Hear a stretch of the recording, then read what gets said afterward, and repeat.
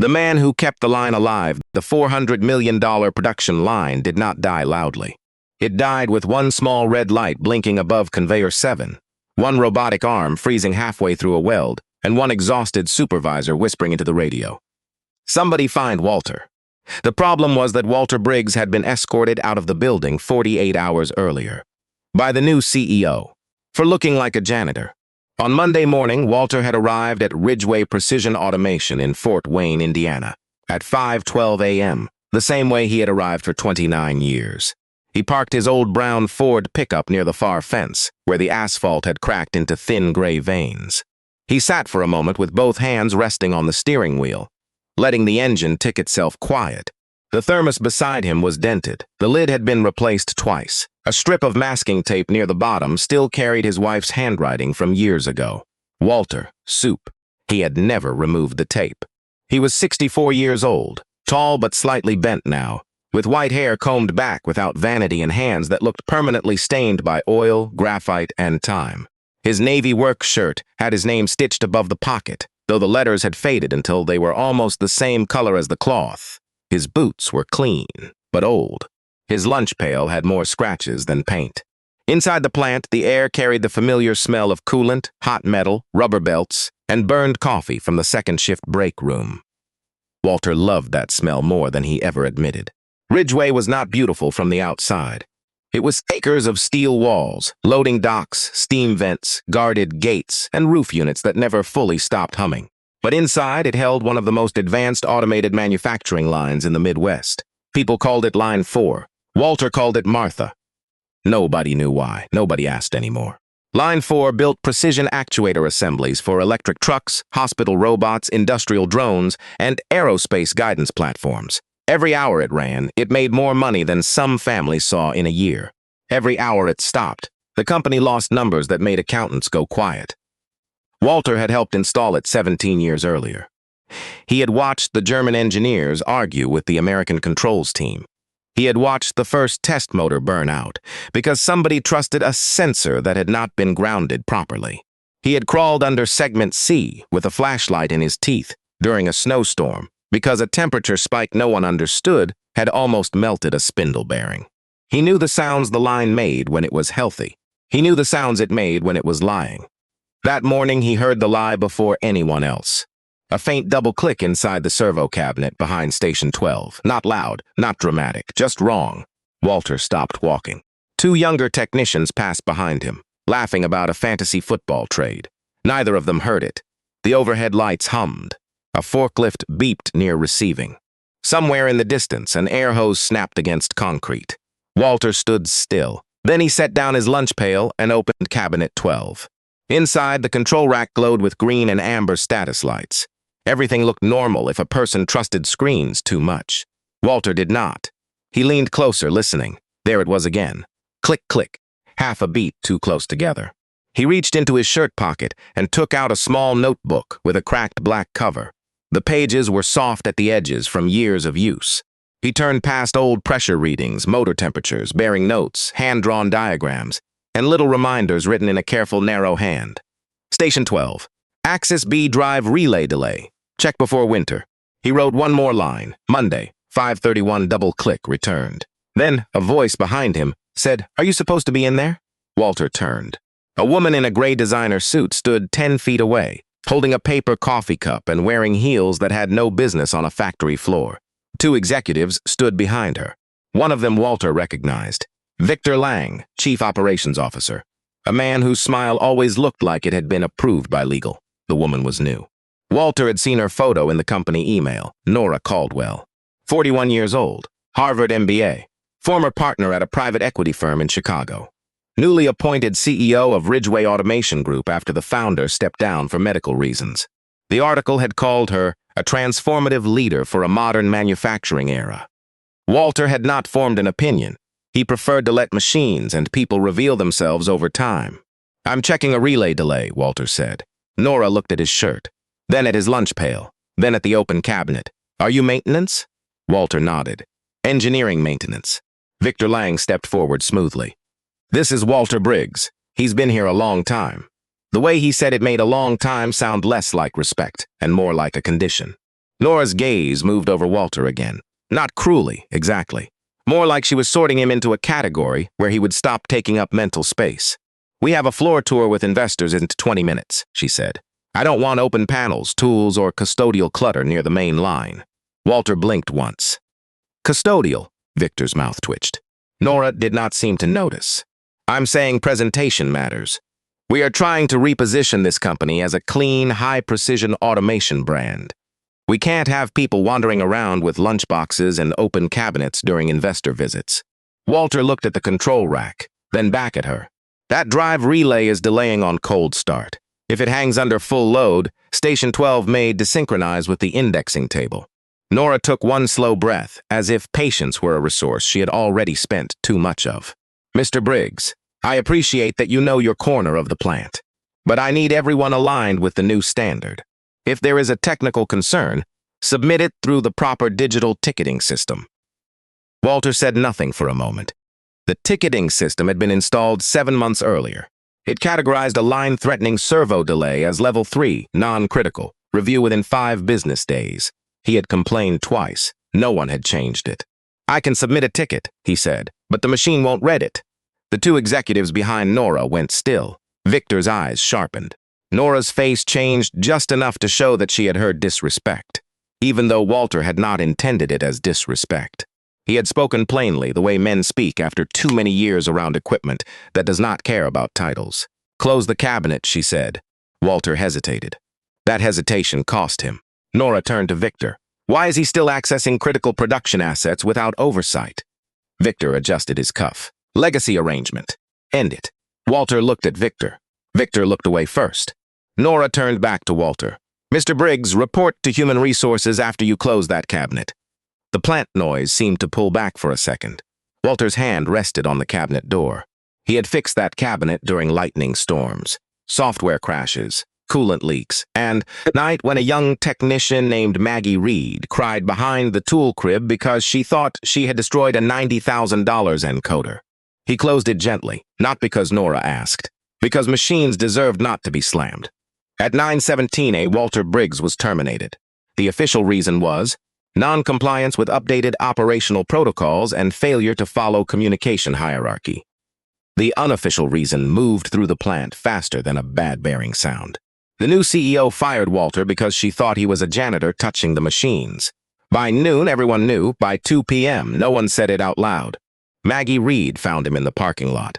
She was 32, small, sharp-eyed, with grease under her thumbnail and a degree in electrical engineering she had earned at night while working full shifts. Walter had trained her without ever calling it training. He would simply ask questions until she saw what he saw. He was putting his tool bag behind the seat of his truck. "Walter," he turned.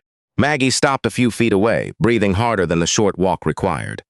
"They can't do this. They did. I'm going to HR." "No, you're not." Her face tightened. "Why?" "Because you still work here. That's exactly why." Walter smiled faintly, but it did not reach much of his face. "Maggie, listen to me. Line 4 is already sick. Station 12 is talking wrong. You need to watch Axis B during ramp-up, especially after lunch cycle when the temperature stabilizes." She stared at him. "You're giving me notes right now? Somebody should have them." Her eyes dropped to the tool bag. The zipper was half broken. A blue rag hung from one side. His old fluke meter sat inside, wrapped in cloth like something fragile. "Walter," she said quietly, "what am I supposed to do without you?" He looked past her toward the building. Steam drifted from the roof into a hard white sky.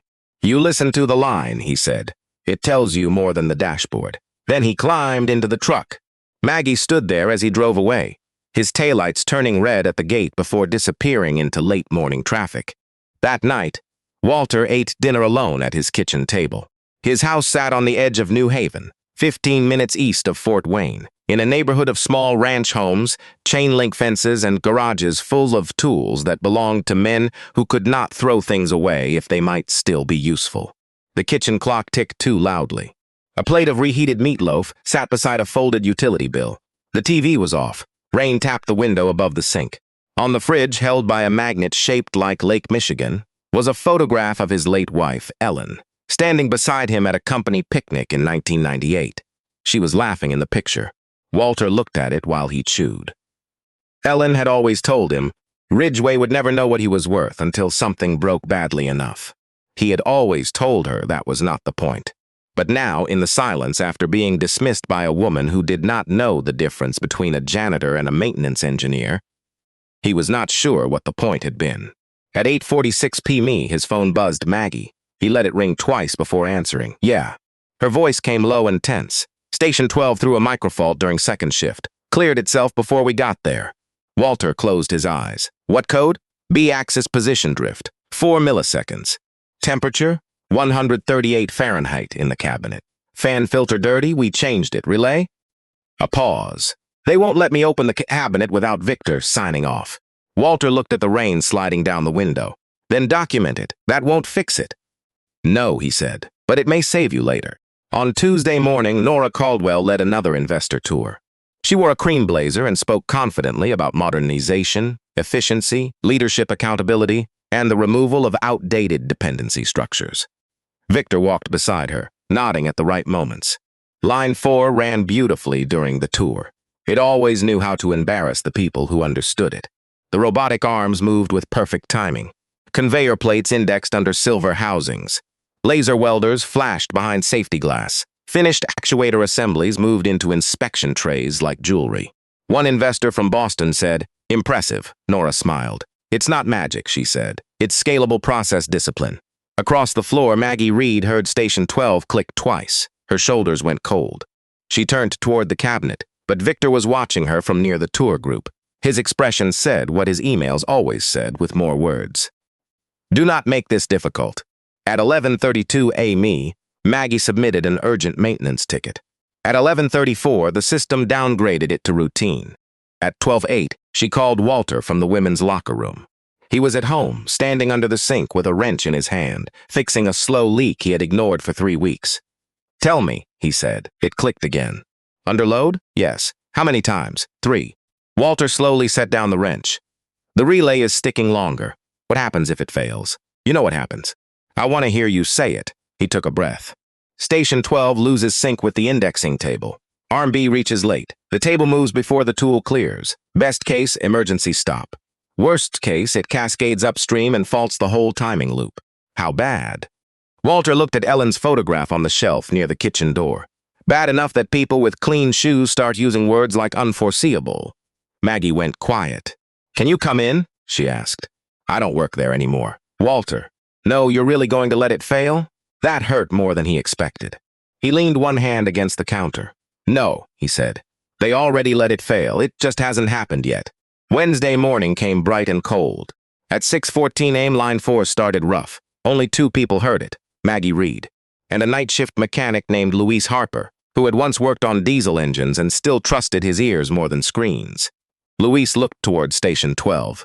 Maggie was already moving. "Don't," he said. "I have to.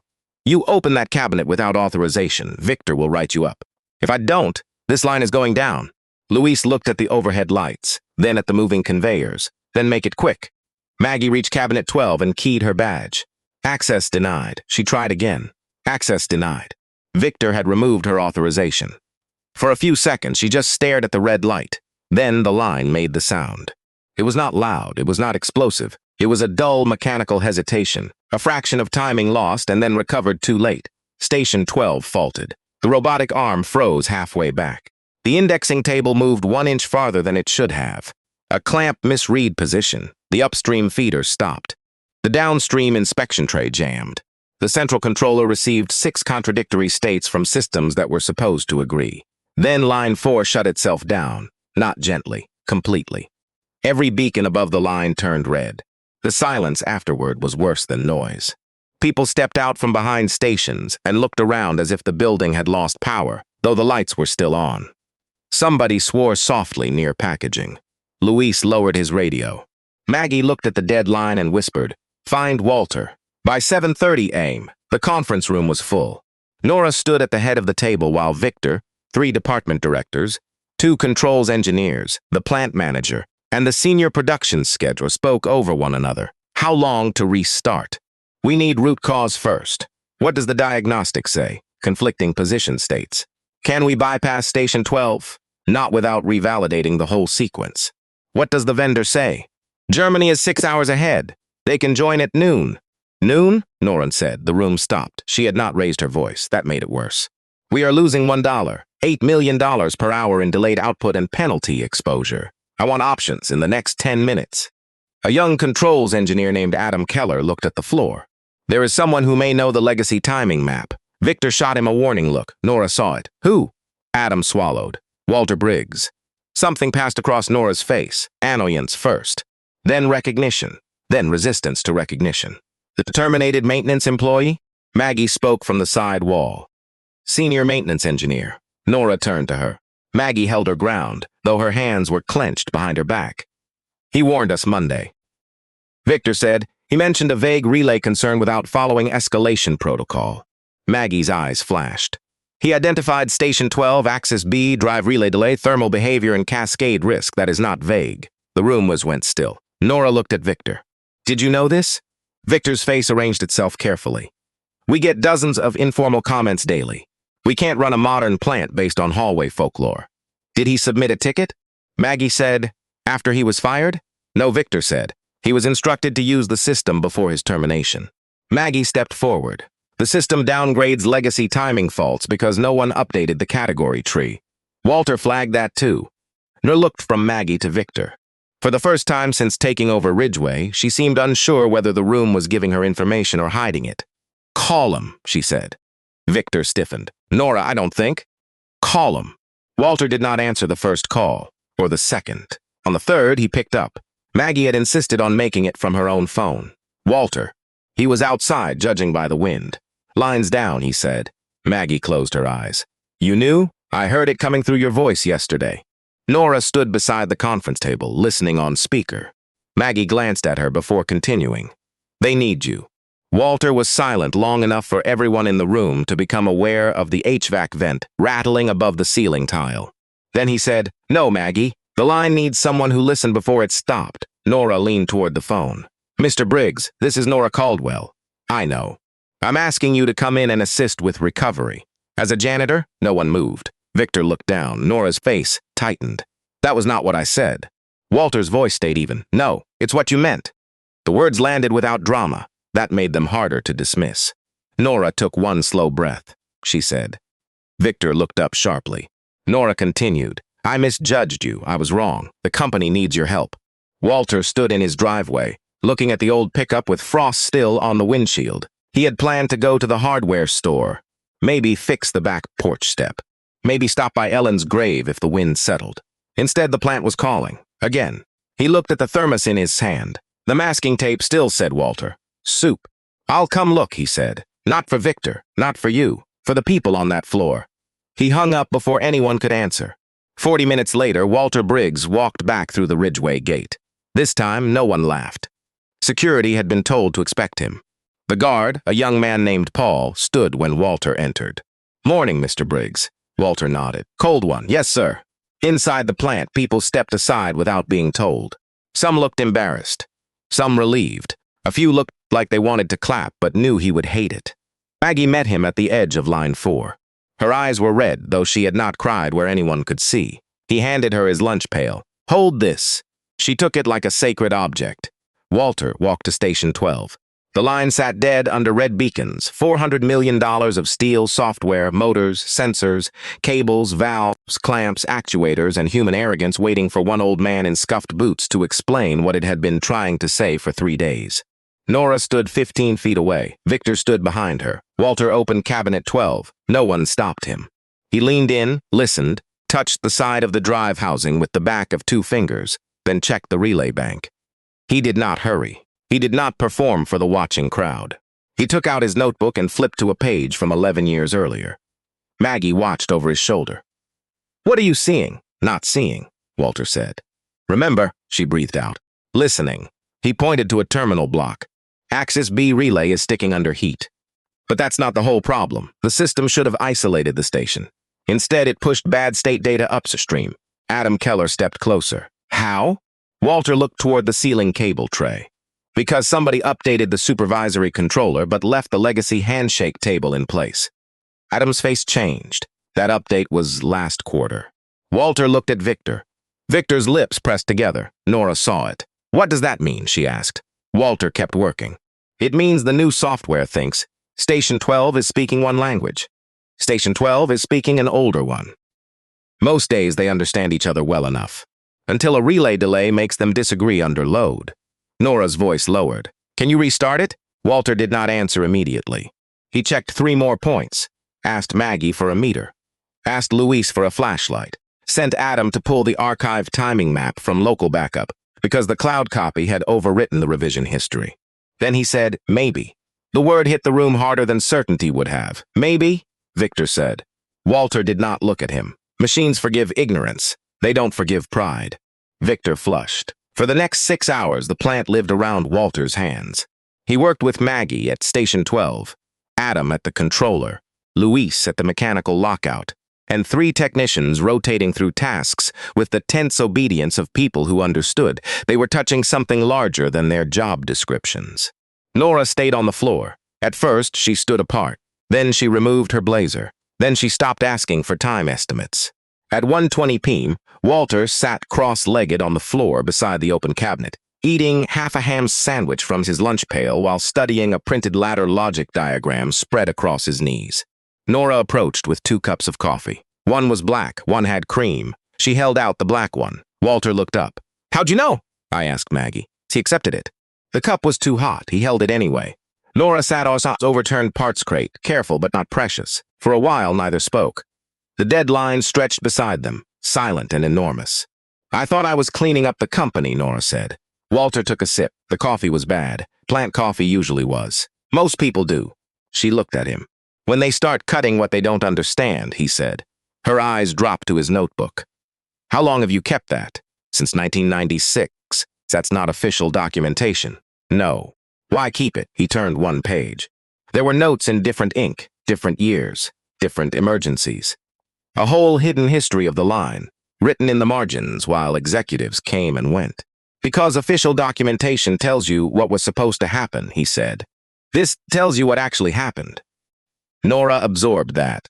On the far side of the floor, Victor was speaking sharply into his phone. Walter saw him. So did Nora. What aren't you telling me about him? She asked. Walter closed the notebook. That he knew enough to be dangerous and not enough to be useful. By 3:48 p.m., they found the deeper fault. It was not only the relay. It was not only the software mismatch. Someone had overridden a safety interlock exception months earlier to keep production numbers from dropping during the controller update. The override allowed Line 4 to continue running through minor synchronization drift, instead of stopping for correction. It had saved downtime, it had hidden damage, it had made Wednesday inevitable. Adam found the authorization record, Victor Lang. Nora read the screen twice, then a 3rd time. Victor tried to explain before she asked. That override was temporary. We had shipment commitments. I requested a formal review. No review is logged, Adam said quietly. Victor turned on him. Stay in your lane. Walter stood up slowly. Everyone felt the change. Nora did too. Mr. Lang, she said, did you authorize a safety interlock override without engineering sign-off? Victor's face hardened. I authorized a production continuity measure. Did you disclose it during the acquisition review? It wasn't material. Walter's voice came from beside the cabinet. It shut down a $400 million line. Victor glared at him. You don't get to come back here and act like some saint because a relay finally failed. This plant was drowning in old habits before Nora got here. I was trying to keep it competitive. No, Walter said. You were trying to keep your numbers clean. Victor stepped closer. You think companies survive because old men write notes in little books? Walter looked at him for a long moment. No. They survive because somebody tells the truth before the machine does. Nora looked at Victor as if seeing him properly for the first time. The consequences began before the line restarted. Victor was removed from the floor at 4:12 p.m. Not dramatically. No shouting, no security tackle, no cinematic humiliation. Just Nora Caldwell standing straight in a grease-smudged white blouse, telling him his access was suspended pending investigation. Victor looked around the floor, expecting someone to defend him. No one did. His eyes finally landed on Walter. For 1 second, all the anger drained out of him, and something frightened took its place. Then he walked out. At 6:09 p.m., Walter gave the restart sequence. Not from the conference room, from the floor. Maggie stood at the cabinet, Adam at the controller, Luis at the mechanical reset, Nora near the yellow safety line, holding a radio like she had finally learned it was not a prop. Walter watched the line the way a doctor watches a patient waking from anesthesia. Main power ready. Ready. Axis B relay replaced and verified. Verified. Legacy handshake patch loaded. Loaded. Interlock exception removed. A pause. Adam looked up. Removed. Walter listened to the silence. Then he said, start slow. Line 4 came back in pieces. First the conveyor hum. Then the pneumatic release. Then the servo whine. Then station 12 moved 1 inch, stopped, corrected, and returned home. Maggie held her breath. Walter did not. Again, he said. The arm moved. Clean. The table indexed. Clean. The weld head cycled. Clean. The first finished actuator assembly rolled into the inspection tray at 6:27 p. Nobody cheered at first. They were afraid sound might break it. Then Luis laughed once, a short disbelieving sound, and the floor exhaled. Maggie covered her mouth. Adam sat down on an empty crate. Nora turned away slightly, pretending to study the line status board because her face had become too honest. Walter closed cabinet 12 and rested his hand on it for one brief second. Don't be dramatic, he muttered to the machine. Maggie heard him. She smiled. The next week was ugly. Not noisy ugly, corporate ugly. Auditors arrived. Lawyers requested logs. Insurance representatives asked questions in careful voices. The board demanded a full failure report. Investors wanted reassurance. Vendors wanted distance. The official investigation found that Victor Lang had concealed multiple maintenance warnings, downgraded risk classifications, bypassed escalation channels, and authorized a temporary override that remained in place long after it should have been removed. It also found that Walter Briggs had submitted written concerns repeatedly through unofficial channels because the official system had been designed in a way that made some legacy faults nearly invisible.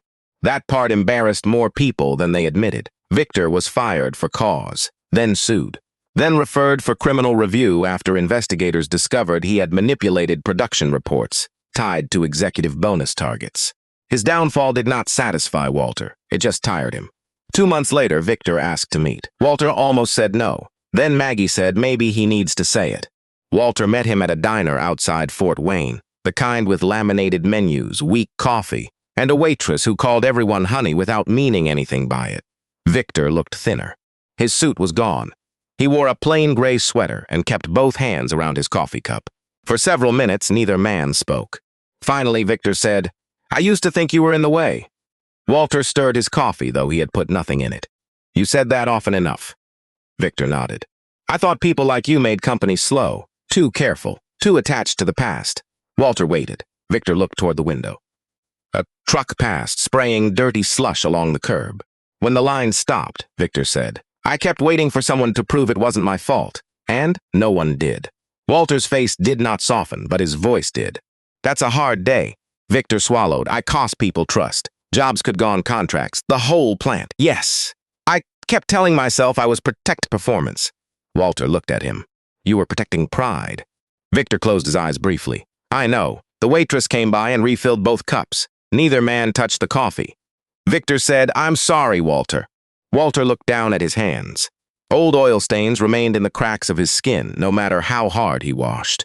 "You don't owe me the biggest apology." Victor's mouth tightened. "I know." He looked toward the road. "The floor?" "The floor," Walter said. Victor nodded slowly. 3 days later, a letter was posted in the main break room. Victor had written it to the plant staff. It was not polished. That helped. He admitted what he had done, why he had done it, and what it had nearly cost. He did not blame market pressure. He did not blame the new CEO. He did not blame old systems or poor communication. Near the end, he wrote one sentence people remembered. "I mistook silence for weakness, age for irrelevance, and warning for resistance." Walter read it once. Then he went back to work. Nora Caldwell changed more slowly than people wanted. Real change usually does. She did not become warm overnight. She did not start walking the floor with fake humility and rolled up sleeves for cameras. She still asked hard questions. She still cared about numbers. She still spoke like someone trained to survive boardrooms where hesitation got punished. But she started listening. Every Tuesday at 6:30 a.m., she walked line 4 with Walter and Maggie. No entourage, no investor language, no coffee cup from the executive floor. At first, she asked questions too fast. Walter would raise one hand. Listen first. So she did. She learned the difference between a healthy servo whine and a strained one. She learned heat mattered more after lunch than at startup. She learned that a clean dashboard could still hide a dirty truth. She learned that the oldest employees often carried the newest risk information because they remembered what had failed before. One Tuesday, she arrived with a notebook. Walter noticed. "Careful," he said. "That's how it starts." She almost smiled. "I'm documenting what actually happens." He looked at the notebook, then at her. "That'll get you in trouble." "I'm beginning to think that's the job." Months later, Ridgway held a company meeting on the plant floor. Not in the hotel ballroom Nora had originally booked. On the floor, beside line 4, the red beacons were dark. The machines were running smooth. Folding chairs had been arranged between painted safety lines. Workers stood along the back wall, arms crossed, skeptical of anything that required a microphone. Nora stepped up without notes. Walter stood near the side, uncomfortable already. Maggie stood beside him. Nora looked across the faces of machinists, technicians, engineers, assemblers, drivers, planners, quality inspectors, and office staff. "I came here believing this company needed to be modernized," she said. "I still believe that. A few people shifted, but I was wrong about what modernization means." The plant grew quiet. "I thought old knowledge was inefficiency. I thought informal warnings were resistance. I thought a clean system mattered more than a truthful one." Her eyes found Walter for half a second, then moved away. To be clear, the failure of line 4 was not caused by one relay. It was caused by arrogance. Some of it belonged to Victor Lang. Some of it belonged to systems we allowed. And some of it belonged to me. No one spoke, Nora continued. "Walter Briggs warned us. We did not listen. That will not happen again." She turned slightly. Walter's shoulders tightened. "Oh no," his face said. Nora held up a small metal badge. Not a trophy, not a plaque, a work badge. "Effective today, Walter Briggs is reinstated as Senior Reliability Engineer, with full authority over legacy system risk review and shutdown escalation." The floor erupted. Not corporate applause, real applause. Boots on concrete, hands above heads. Luis whistling so loudly someone told him to knock it off. Maggie clapping with tears in her eyes and pretending she was not. Walter looked at the floor until it was over. When Nor handed him the badge, he took it carefully. His name's printed clearly this time. Walter Briggs, Senior Reliability Engineer. Below it, in smaller letters, Line Authority Approved. He stared at that line longer than anyone expected. That evening, Walter drove home after sunset. His old Ford rattled over the railroad crossing near New Haven. The heater worked only on high. The thermos rolled once on the passenger seat and bumped against the door. When he reached the house, he did not go inside immediately. He sat in the driveway with the engine off, watching his porch light flicker against the cold. Then he picked up the badge. For a moment, he imagined Ellen sitting beside him, reading it, making that small, satisfied sound she made when she had been right all along and was trying not to enjoy it too much. He smiled just a little. Inside, he warmed soup on the stove. The kitchen smelled like pepper, onions, and old wood. Rain tapped the window. The utility bill still sat on the table. Ellen's photograph still held its place on the fridge. Walter set the new badge beside the dented thermos. Then he took the strip of masking tape from the bottom of the thermos, the one with her handwriting. "Walter. Soup." The adhesive had nearly given up. He pressed it gently onto the inside cover of his old notebook, not to preserve the past, to carry it properly. The next morning he arrived at Ridgway at 5:12 a.m. The same cracked parking spot, the same cold air, the same old boots on the same concrete floor. But when he passed the security desk, Paul stood a little straighter. "Morning, Mr. Briggs." Walter nodded. "Morning." He walked toward line 4 with his lunch pail in one hand and his notebook in the other. At station 12, he stopped. The cabinet was closed. The line was running clean. No double click. No lie in the sound. Maggie arrived beside him holding 2 coffees, one with cream. She handed him the black one. "Anything?" she asked. Walter listened. "Conveyors, servos, air valves, metal." "Rhythm memory." "No," he said. Then after a moment he added, "But give it time." Maggie laughed softly. The line kept moving. Outside, Fort Wayne woke under a pale gray sky. Trucks rolling toward the interstate. Factory lights shining through the morning dark. Ordinary people beginning ordinary shifts in places the world only notices when something stops working. Walter opened his notebook. On a fresh page, he wrote the date, then one line, line 4 healthy today. He paused, then added, "Keep listening."